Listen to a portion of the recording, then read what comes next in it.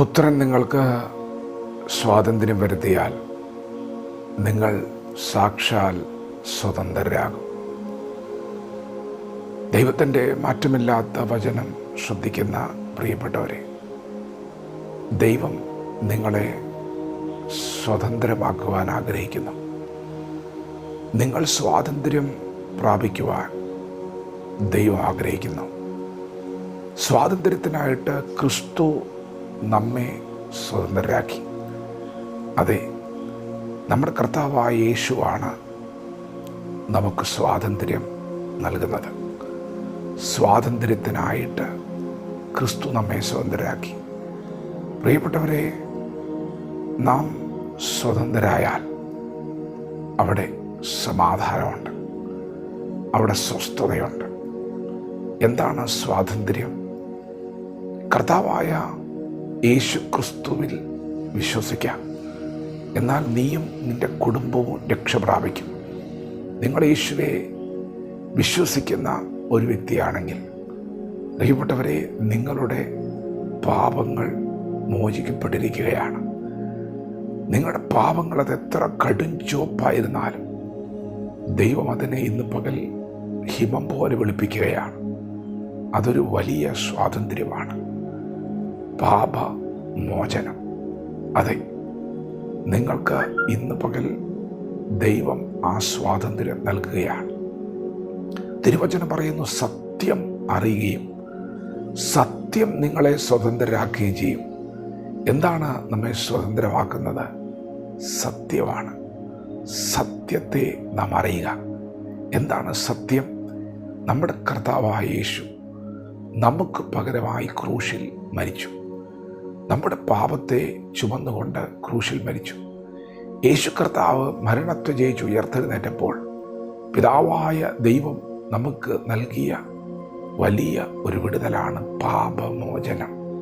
പ്രിയപ്പെട്ടവരെ, ദൈവം നിങ്ങളുടെ പാപങ്ങൾ മോചിച്ചിരിക്കുകയാണ്. അപ്പോസ്തലനായ യോഹന്നാൻ ദൈവസഭയ്ക്ക് ലേഖനം എഴുതുമ്പോൾ ഇങ്ങനെ എഴുതി, നിങ്ങളുടെ പാപങ്ങൾ മോചിച്ചിരിക്കയാൽ ഞാനിത് നിങ്ങൾക്ക് എഴുതുന്നു. പ്രിയപ്പെട്ടവരെ, നിങ്ങളുടെ പാപങ്ങൾ മോചിച്ചിരിക്കുകയാണ്. പിന്നെയും ദൈവം നിങ്ങളോട് ആലോചന പറയുന്നത്, നിങ്ങളുടെ പ്രതിയോഗിയായ പിശാചിനെ, വാഴ്ചകളെ, അധികാരങ്ങളെ ആയുധവർഗം വെപ്പിച്ചു. ക്രൂശിന്മേൽ അവരെ പരസ്യക്കാഴ്ചയാക്കുകയും അവരുടെ മേൽ ജയോത്സവം കൊണ്ടാടുകയും ചെയ്തിരിക്കുകയാണ്. എത്ര പേരിന്ന് പകലത് അറിയുന്നുണ്ട്? അതാണ് സത്യം. നിങ്ങൾക്കെതിരെ പോരാട്ടങ്ങളുണ്ട്, നിങ്ങളുടെ മുന്നേറ്റത്തിനെതിരെ ശക്തമായ പോരാട്ടങ്ങളുണ്ട് എന്ന് നിങ്ങൾക്ക് അനുഭവപ്പെടുന്നുണ്ടെങ്കിൽ ഇന്ന് പകൽ നിങ്ങൾ സത്യം അറിയുക. എന്താണ് സത്യം? നിങ്ങളുടെ പ്രതിയോഗിയായ പിശാചിനെ, വാഴ്ചകളെ, അധികാരങ്ങളെ ഒക്കെ പിതാവായ ദൈവം കാൽവറിയിൽ ആയുധവർഗം വെപ്പിച്ചിരിക്കുന്നു. നിങ്ങൾ ദുഷ്ടനെ ജയിച്ചിരിക്കുന്നു. അപ്പോസ്തലനായ യോഹന്നാൻ ദൈവസഭയ്ക്ക് ലേഖനമെഴുതുമ്പോൾ ഇങ്ങനെ എഴുതി, നിങ്ങൾ ദുഷ്ടനെ ജയിച്ചിരിക്കുകയാൽ ഞാനത് നിങ്ങൾക്ക് എഴുതുന്നു. പ്രിയപ്പെട്ടവരെ, പാപങ്ങൾ മോചിച്ചിരിക്കുന്നു, ദുഷ്ടനെ ജയിച്ചിരിക്കുന്നു. പിന്നെയും നിങ്ങൾ അറിയേണ്ട വലിയ സത്യം, യേശുക്രിസ്തുവിൽ നമ്മുടെ മരണം മാറിയിരിക്കുകയാണ്. മരണഭയം ഇനി നിങ്ങളെ വേട്ടയാടുകയില്ല. നമ്മുടെ കർത്താവ് മരണത്തെ ജയിച്ച് ഉയർത്തെഴുന്നേറ്റിരിക്കുകയാണ്. അതൊരു വലിയ സ്വാതന്ത്ര്യമാണ്, മരണത്തിൽ നിന്നൊരു സ്വാതന്ത്ര്യം.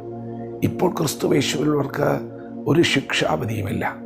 യേശു പറഞ്ഞു, എന്നിൽ വിശ്വസിക്കുന്നവൻ മരിച്ചാലും ജീവിക്കും. യേശു വന്നത് നമുക്ക് ജീവൻ നൽകുവാനാണ്. മരണത്തിൽ നിന്നൊരു വിടുതൽ, മരണത്തിൽ നിന്നൊരു സ്വാതന്ത്ര്യം ഇന്ന് പകൽ ദൈവം നിങ്ങൾക്ക് തരികയാണ്.